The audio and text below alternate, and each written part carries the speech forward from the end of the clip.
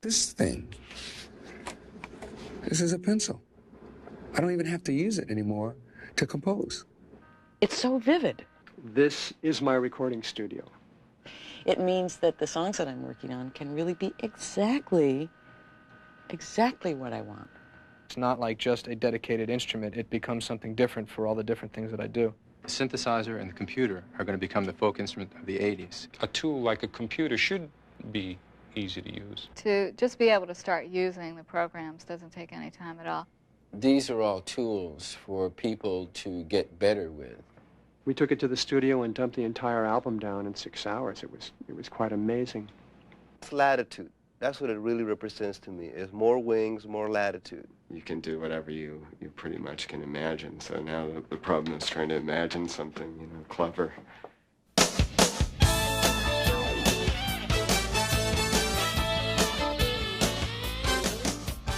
It seems like every time you pick up a magazine, go to a music store, or play in a recording studio, there's a new piece of equipment to help you get just the right sound. But no matter how the sound of music changes, writing music always seems to come down to one person with a pencil, staring at a piano, trying to imagine how all the parts will sound together. Recently, many musicians have discovered two new tools that together unlock the door to their imagination. A technology called Midi and a personal computer named Macintosh have completely changed the way they write, play, and even feel about their music. Midi, which stands for Musical Instrument Digital Interface, is the industry communication standard for exchanging musical information between a wide range of electronic instruments and computers. The most basic use of Midi is to connect two instruments together. Play one instrument, and the information about what you're playing is sent to the other instrument, which will precisely mirror your performance. But connect your keyboard to a Macintosh personal computer, and you open up a whole new world of possibilities. Instead of simply mirroring your performance, each part can be developed and played separately. The computer saves the MIDI data using a software program called a sequencer, so you can also play a drum machine, and then a sampler, and of course, another keyboard. Suddenly, you're working out all the parts for a band long before you ever get to the recording studio. You're also about to discover that there's an incredibly wide range of music software available for the Macintosh, like notation programs to print the music after it's written, librarians to organize and customize the sounds for almost any synthesizer, and sound design programs to let you modify sampled sounds. There are programs to set up cues for movie, television, and commercial scores, automate your mixes, even help you learn a new instrument. And because the Macintosh is, well, a Macintosh, it's also very easy to use, which makes it an extremely popular business computer, with powerful business programs to help you promote yourself and your music, all of which makes Macintosh the business computer for people whose business is music.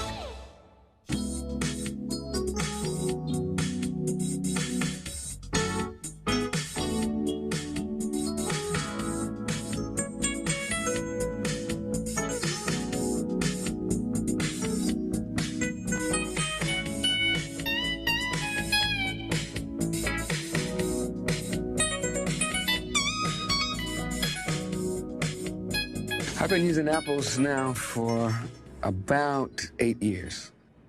The first Apple computer was used partly for music. What happened was the guy that was doing my technical work at that time, his name is Brian Bell, he started off with computers the day we bought the Apple II Plus. We started one step at a time, making little interfaces for drum machines to run in time with sequencers.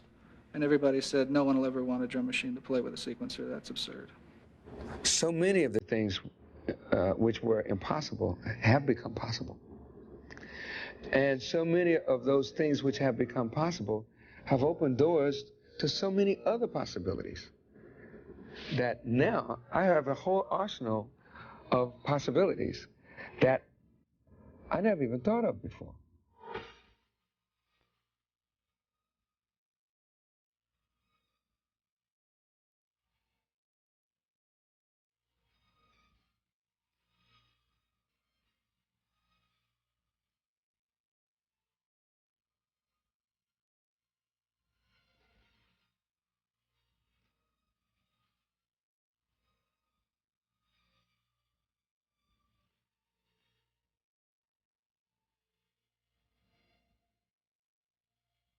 was it another brain? Was it a telephone? Was it, what was it? And if I don't really understand the Mac well enough, what if I lose all of this stuff? I'm typing this stuff in. This is my mind going into this thing. And I can't, if I lose this little disk, it's like losing all of your notes for class from the entire year, and you're kind of, oh no, oh no. So I had a real phobia about that at first.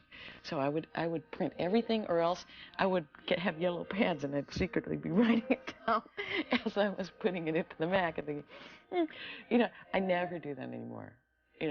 I know how to get it. It didn't take me very long to get that kind of confidence in it. It will seem like your brain is being reflected, but that's a wonderful experience, because it's such a direct thing. It's so flexible, and there's so many layers, and you can get to them very easily. These are your tools. Your tools will teach you things, They'll teach you things you don't even know you want to learn, and they will. It's just like when you're sitting there playing the clarinet, or me practicing the violin. You practice with it. You listen to it. You change it. It is your instrument. Period.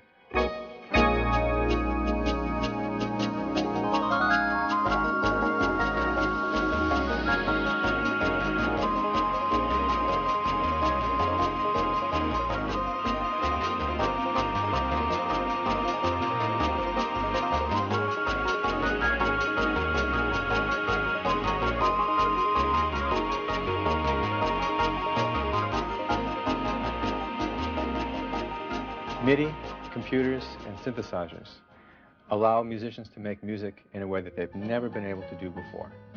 They can play the music into the computer, they can hear it right back, they can interact with it while they're making it. This kind of power has never been seen in the history of all music making. And because of that, musicians are really drawn to use this technology to better realize their own creative powers. If you think of we find that the students are really drawn by the technology into the act of making music, that they enjoy making music much more with these kinds of tools. And especially the Macintosh is so simple for them to learn and so intuitive to use that they really enjoy coming into the lab as many hours as they can and making music. Down the road, we're going to find that these new technologies are making all sorts of new possibilities for musicians to creatively express themselves. Sequencers make great tape recorders for MIDI data. You can punch in, play back, even save a lot of time with a handy little feature called Instant Rewind. But that's only half the story. Sequencers also allow you to see and change every part of your music. Change the pitch and duration of an individual note. Create loops of any duration. Select quantize and put the entire rhythm section in time. Transpose parts or the entire piece with the click of a mouse. And if you can change a part, why not change the tempo too? Add to this the option to record parts with a MIDI sax, drums, or guitar, and it's easy to see why sequencing is the most popular music software for the serious composer.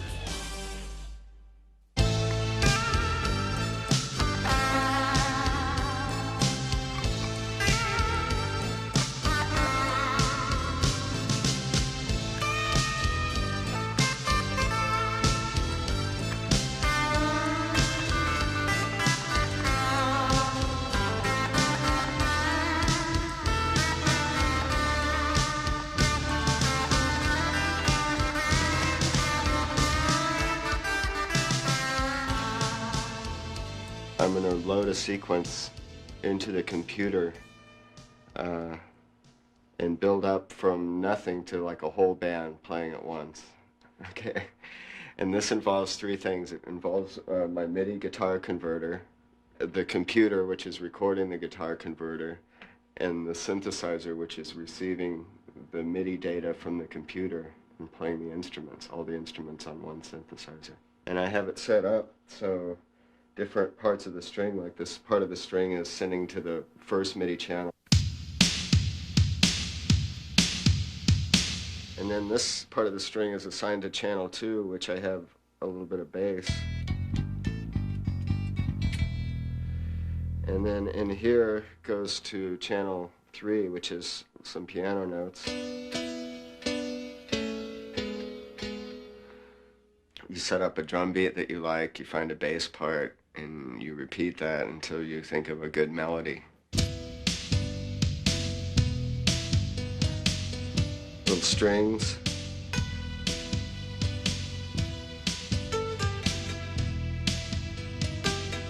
And voices.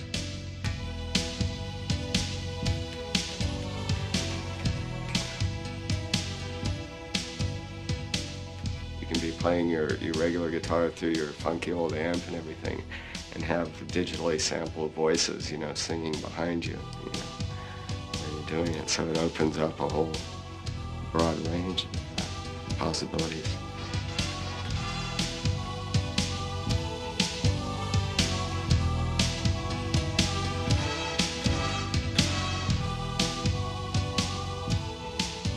And now all I have to do is a smooth fade out.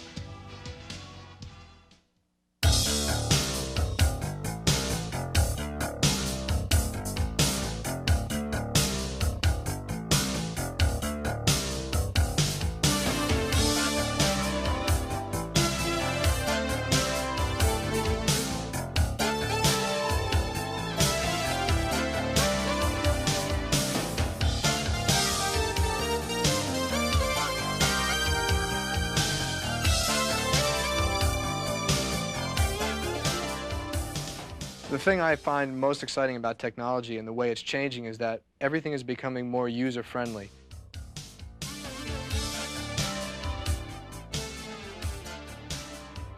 I have my sequencing program here, which works basically as a multi-track tape recorder, but all through Midi.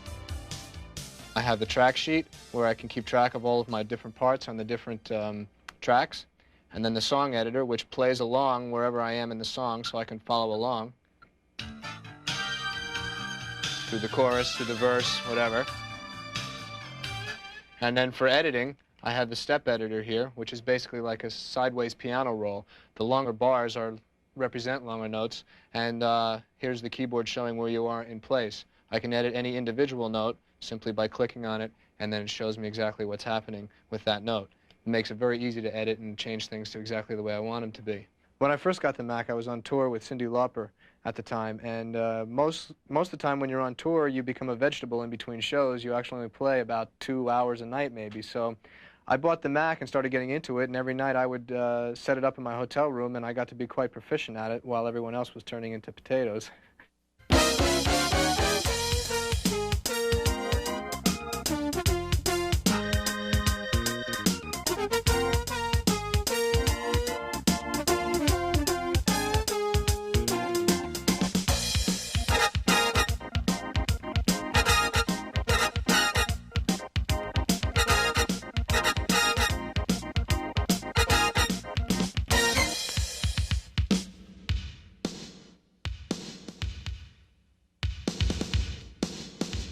I introduced sequencers to my musical life, I guess about a year ago, and to be perfectly honest with you, I shied away from it for the longest time, primarily because of an attitude, I guess, of being a musician at a time in my life where you were either a good player or you didn't exist, and I worked real hard at trying to be a good player, and I figured if you couldn't play it, you better sit there and practice it so that you can play it, and using machinery wasn't the way to go.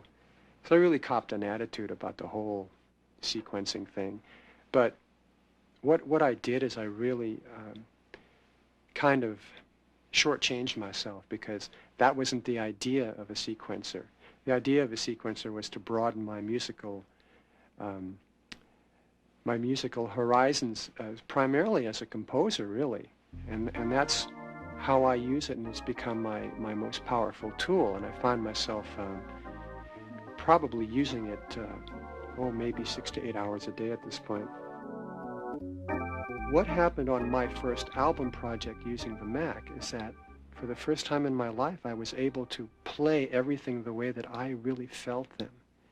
And if a person is capable of writing all the parts, there's a complete circle that's made, and the feeling and the emotion that comes out is quite magical, and it's something that's been missing in many other projects that I have done in the past.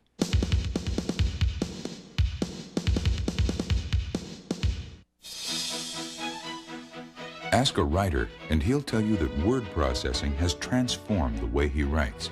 The page is always neat, changes are a snap, and retyping is a thing of the past. So why should music be any different? After all, musicians spend a lot of time writing and reading. To begin with, you have complete control over the printed page, because with Macintosh, what you see on the screen is exactly what you'll get on paper.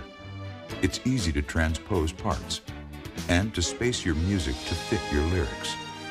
Imagine the possibilities, then see your music in black and white.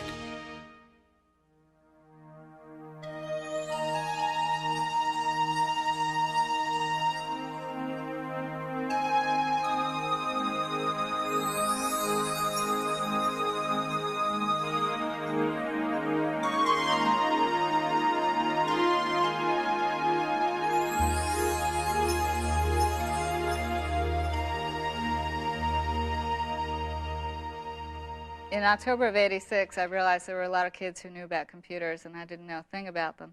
So I decided to just get the Macintosh and put it on my credit card.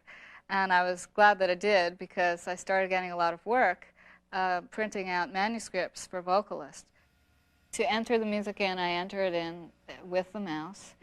It's very fast, just like typing. And at a certain point, if anything, any phrases are the same, I can just copy and paste them the same way I would with words in a paragraph. And that saves a lot of time. One of the things that happens a lot is a vocalist may decide they sing the song in a certain key. A month later, they sing it in a different key. And it's very easy to just go back into the computer and transpose the whole thing and just print out a new lead sheet. If it had been done by hand, then I'd have to start all over again, charge them all over again, and would take a few more hours.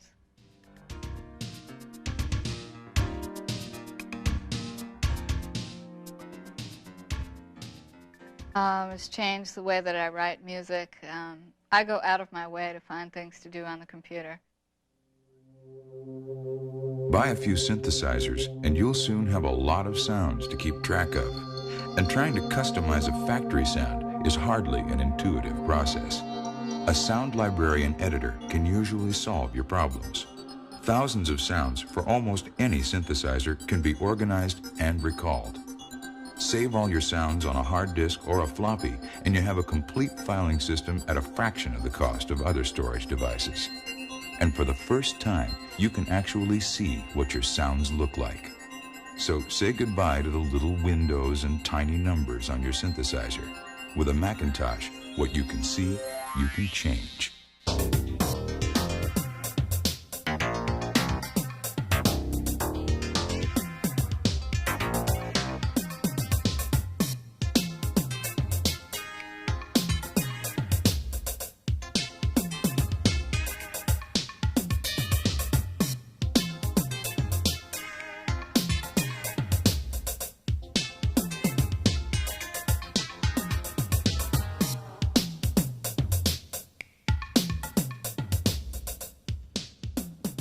Disorder comes very quickly when there's a lot of sounds around, and so the Mac is an incredible tool for ordering the environment that we have here. For instance, this is the disc that I have all my present album stuff on. I'm going to show you how I organize the libraries. Now here's all the libraries, all the TX sounds categorized into these various categories. Let's check out the keyboards first.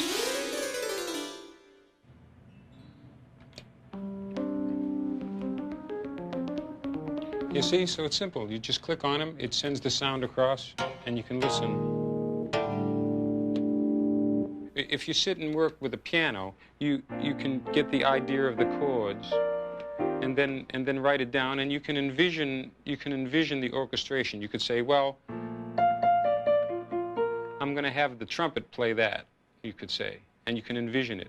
And so everything you're doing, you're envisioning in your mind, which is fine. It's good to do that. But with Midi, you can actually send have one synthesizer play an actual trumpet sound, and then have another synthesizer play the actual bass sound, so that you can hear your composition and develop it, I think, in a lot more detail.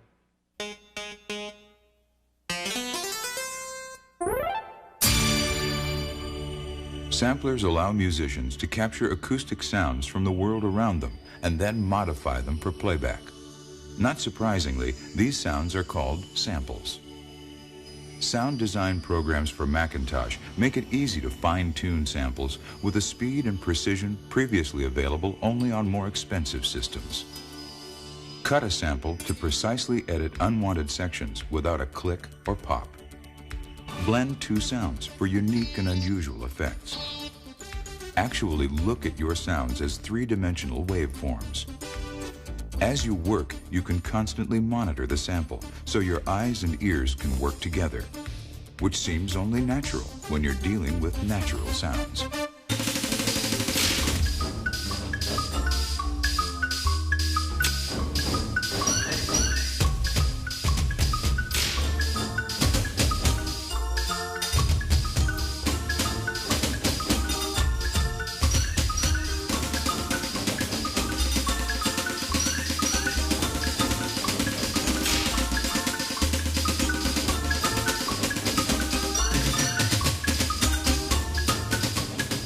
I guess drummers are kind of moving into uncharted territory because everyone else, it's been mostly keyboard players and guitar players who have been at the forefront or are most usually thought of as using these devices and being able to use Midi.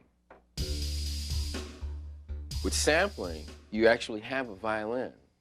And you can play the note, and it's a violin, and you don't have to work at it. You can just immediately go to the music. I can just punch up the violin, and there it is, and I can start thinking of a melody. But if I had to spend all day trying to get something to sound like a violin, I'd lose the inspiration to, that I'd want it for.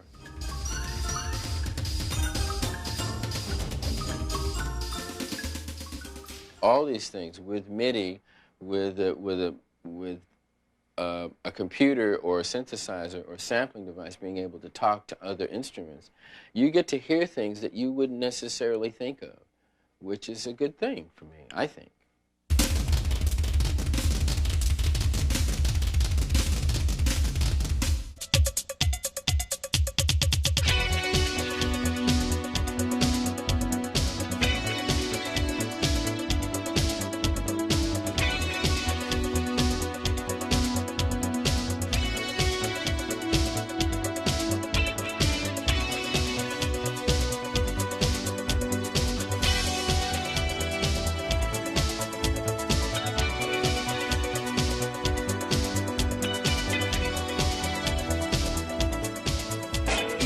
Sound design basically is the process of creating sounds that have never been heard before or sounds that are basically of an unusual nature. For instance, a good example of that is in the Star Trek movie when the Enterprise goes into warp acceleration. There is no sound to represent those areas, and that's where the sound designer comes in to create, manufacture, and process these types of effects. This program allows us to go in and actually manipulate the waveforms and amplitudes of the sound, turn the sound backwards, edit milliseconds out of the sound, virtually dissect the sound in any way possible. We can achieve things that we had never been able to achieve before in the manipulation process of the sound.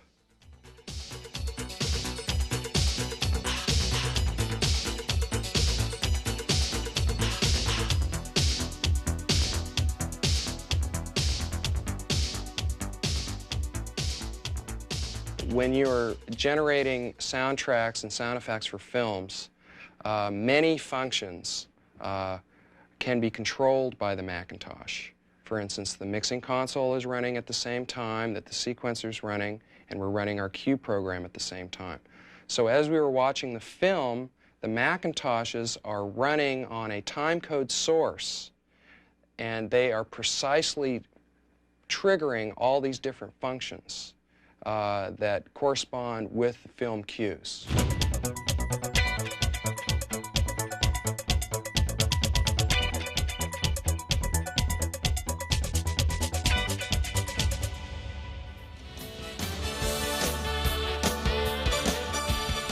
By now, you may be starting to think that some of the many programs available for Macintosh might just make making music a little easier. You've probably admired the sharp, clear graphics. Perhaps you've even noticed that all the programs seem to work the same way, which means that when you learn your first program, you've gone a long way towards learning them all. No matter what part of the business you're in, Macintosh can help you promote yourself and your music, with graphics programs to help you look as good as you sound, and others to organize your day, keep track of your equipment, and mind your money. In short, Macintosh can really help you clean up the rest of your act.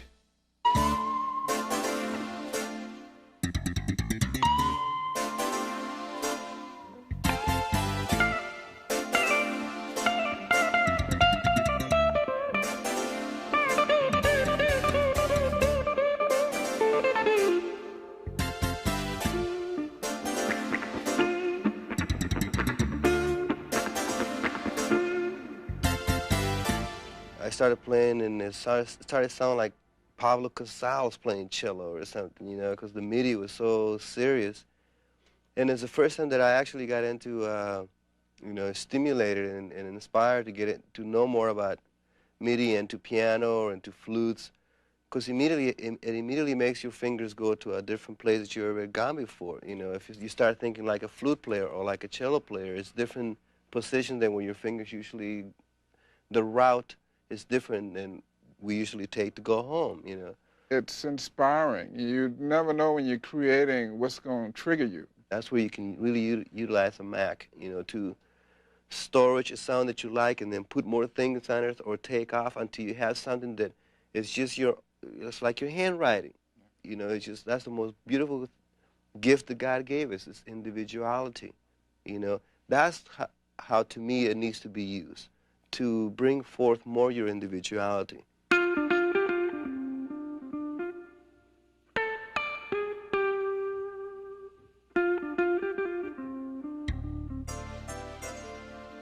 The computers and sequences and stuff have been instrumental, I think, in helping us to accomplish a few songs.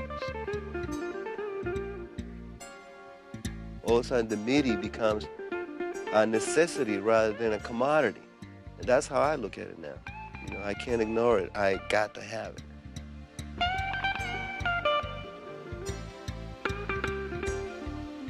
The way it helps us, it's like carrying a symphony with you in your pocket. That's great, man, because when you hear a sound like that for 4 people, you say, wow.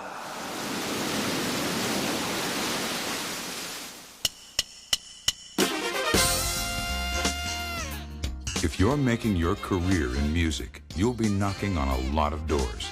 And when one of those doors opens, you'll want to have everything it takes to march right in, which is where Macintosh comes in.